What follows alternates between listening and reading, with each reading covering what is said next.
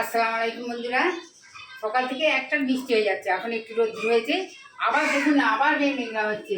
তো রান্নাবান্না আমার হয়ে গেছে, আপনাদের দেখাই কি রান্না করেছি আজকে। এইটা পরে দেখাচ্ছি, এটা রাতের তরকারি। প্রথমে যত বাসি তরকারি ছিল আমি কড়াই ভেজেছি, এই যে পেঁয়াজ টমেটো কাঁচা লঙ্কা দিয়ে ভাজা। এইদিকে আছে ইলিশ মাছের কাঁটা দিয়ে কদু, মানে লাউ, আমরা বাংলায় বলি, এমনি আমরা ঘরোয়া বলি কদু।